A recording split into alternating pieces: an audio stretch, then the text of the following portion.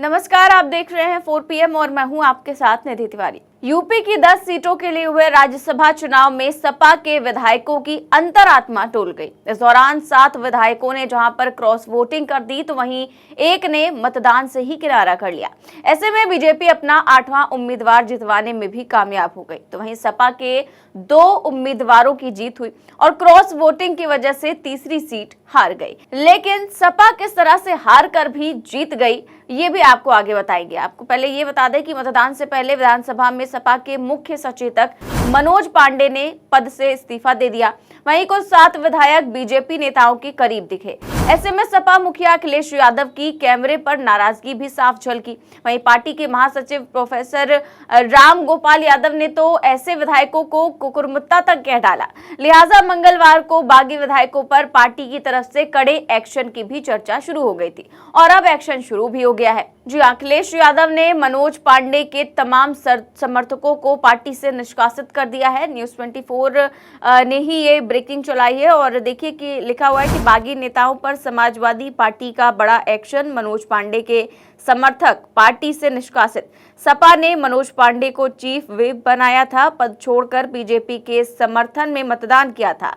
इसीलिए अखिलेश ने दी थी कार्रवाई की चेतावनी और अब उनके समर्थकों पर एक्शन शुरू हुआ। तो अभी तो केवल मनोज पांडे के समर्थकों पर एक्शन शुरू हुआ है। अभी तो जो है 7 विधायक जो है और उनके जो तमाम समर्थक हैं उन पर भी किस तरह से सपा एक्शन लेती है, ये देखने वाली बात होगी। और अखिलेश यादव क्या करते हैं उनके साथ, ये भी फिलहाल देखने वाली बात होगी। लेकिन आपको बता दें कि उत्तर प्रदेश में समाजवादी पार्टी के 7 विधायकों राकेश पांडे, राकेश प्रताप सिंह, अभय सिंह, विनोद चतुर्वेदी, मनोज पांडे, पूजा पाल और आशुतोष मौर्य ने एनडीए के समर्थन में मतदान किए, जिनके वोट बीजेपी के संजय सेठ को मिले, जिससे वो जीत सके। अब संजय सेठ ने बता दें कि 2019 में सपा छोड़कर बीजेपी ज्वाइन कर ली थी। वहीं ओपी राजभर की पार्टी सुभासपा के भी 2 विधायकों ने क्रॉस वोटिंग में जया बच्चन के पक्ष में मतदान किया। मंत्री पद तो उन्हें वैसे ही हासिल नहीं हुआ, लगातार दिल्ली के चक्कर वो लगाते रहे और अब उनके विधायकों ने भी उनसे बगावत कर दी और क्रॉस वोटिंग कर दी। लेकिन इसके बावजूद बीजेपी 8वीं सीट जीत गई और सपा तीसरी सीट। तो वहीं जिन विधायकों ने कल क्रॉस वोटिंग की, उनके विरोध में लखनऊ में समाजवादी पार्टी के कार्यकर्ताओं ने पुतला फूंका और कड़ी नाराजगी जताई।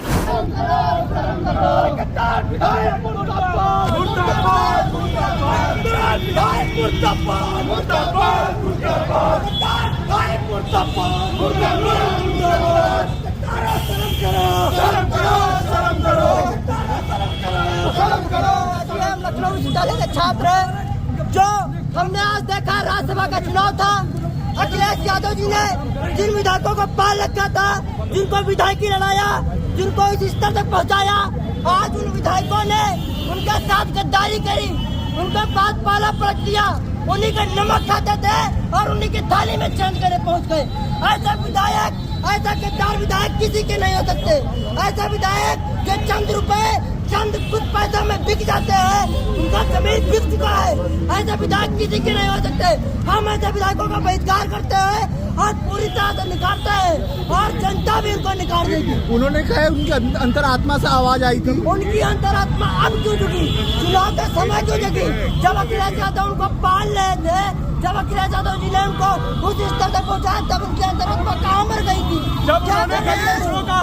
जब उन्होंने दलित पिछड़ों का वोट दिया था तब ये अंतरात्मा क्यों नहीं जागी? जब इन्होंने किसानों का वोट दिया तब इनकी अंतरात्मा क्यों नहीं जागी? अब इनकी अंतरात्मा क्यों जाग रही है? मैं बताना चाहता हूँ, छात्र नेता लखनऊ विश्वविद्यालय, ये जो विधायक आज पार्टी के खिलाफ वोट किए हैं, इनकी हैसियत नहीं थी, इनकी साइकिल से मजबूत नहीं थी, इनकी हैसियत नहीं थी। अखिलेश यादव जी ने उनको विधायक बनाया। वहीं क्रॉस वोटिंग के बाद अखिलेश यादव ने भी ट्वीट कर गद्दार विधायकों को करारा जवाब दिया। उन्होंने ट्वीट करते हुए लिखा कि हमारी राज्यसभा की तीसरी सीट दरअसल सच्चे साथियों की पहचान करने की परीक्षा थी और ये जानने की कि कौन कौन दिल से पीडीए के साथ और कौन अंतरात्मा से पिछड़े, दलित और अल्पसंख्यकों के खिलाफ है। अब सब कुछ साफ है, यही तीसरी सीट की जीत है। तो तीसरी सीट की जीत बताया है अखिलेश यादव ने इन सबको कि जो गद्दार थे वो बाहर निकल गए और तस्वीर जो है अब साफ हो चुकी है कि कौन कौन हमारे साथ हैं, समाजवादी पार्टी के साथ हैं और पीडीए के साथ हैं। यही हमारी तीसरी सीट की जीत है। इसीलिए कहा जा रहा है कि समाजवादी पार्टी हार कर भी तीसरी सीट जीत गई, क्योंकि अखिलेश यादव ने इसी तरह का ट्वीट किया है। तो वहीं क्रॉस वोटिंग के बाद अखिलेश यादव ने क्या कुछ कहा, वीडियो देखिए। कार्रवाई निश्चित होगी, क्योंकि पार्टी के जितने भी हमारे साथी हैं उनका मानना है कि ऐसे लोगों को दूर कर दीजिए। अभी तक तो कद्दावर नेता लग रहे थे, लेकिन कद्दावर नेता निकले नहीं, ये बात समझ में आ गई। मैं किसी की अंतरात्मा के बारे में नहीं जानता हूँ, मेरी अंतरात्मा के बारे में किसी के नहीं मैं जानता हूँ। कोई बात नहीं, जब जो भोज में नहीं आए, चर्चाएं आपके माध्यम से भी थी, चर्चाएं और तरह से भी थी। अब उन बातों को आप बेहतर समझते होंगे कि कोई क्यों चला गया, किसी को सिक्योरिटी की जरूरत रही होगी, किसी को धमकाया गया होगा कि आपके मुकदमे पुराने हैं, आपका इतना रिकॉर्ड अच्छा नहीं है, आपको ये लाभ दे दिया जाएगा। सुनने में तो बहुत कुछ चीजें आ रही हैं, सुनने में तो पैकेज के बारे में भी आ रही हैं। वो बात समझ में नहीं आ रही कि वो पैकेज छोटा था कि पैकेज बड़ा था।